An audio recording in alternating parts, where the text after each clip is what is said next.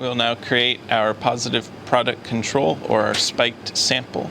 So I'm going to go ahead and label my test tube PPC. You can see that there, PPC.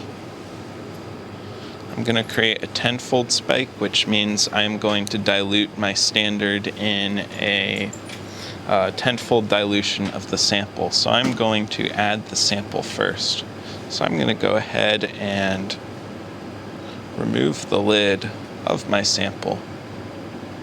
I'm going to go ahead now and take my 900 pipetter.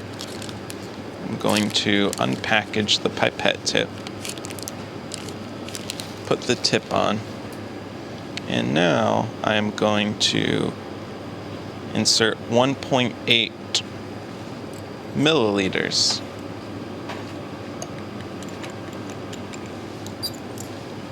into the positive product control.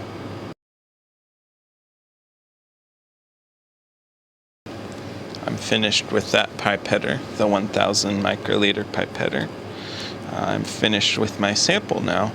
And now to add the standard, the 10-fold, or I should say the 10 times concentration standard, 200 microliters.